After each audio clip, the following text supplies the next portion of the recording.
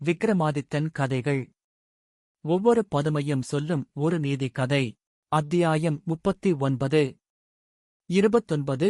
சம்பிரதாயவல்லி பதுமை சொல்லிய சித்திரரேகையின் கதையும் 4 ரத்தினங்களின் கதையும். மறுநாள் காலையில் போஜராஜன் மறுபடி சிம்மாசனத்தில் ஏறி அமர முயன்றபோது 29ஆம் படிக்கு காவலாக இருந்த சம்பிரதாயவல்லி பதுமை புதிய கதை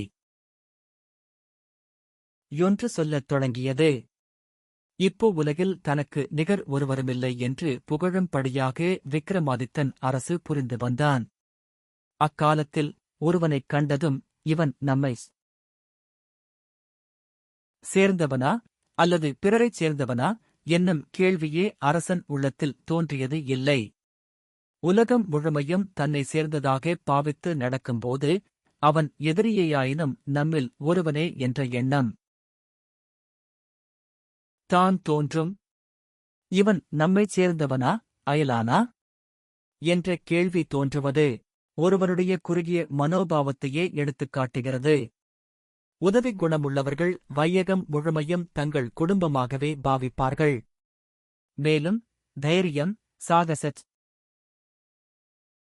செயல்கள், ஆண்மை இம்மூன்றிலும் அவனுக்குச் சமம் எவருமில்லை.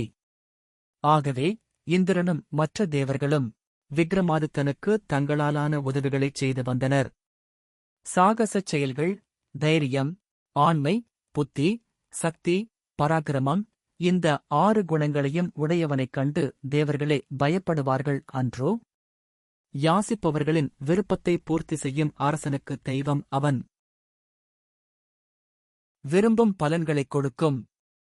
மனிதன் ஓர் உறுதியான தீர்மானத்தைக் கொண்டானாகில் தெய்வம் அவனுடைய விருப்பத்தை பூர்த்தி செய்கிறது. தரி நெய்பவனுக்கு மகாவிஷ்ணு கருடன் சக்கரம் 2டுடனும்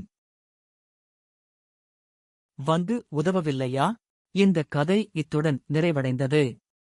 அடுத்த அத்தியாயத்தில் மீண்டும் சந்திப்போம். நன்றி.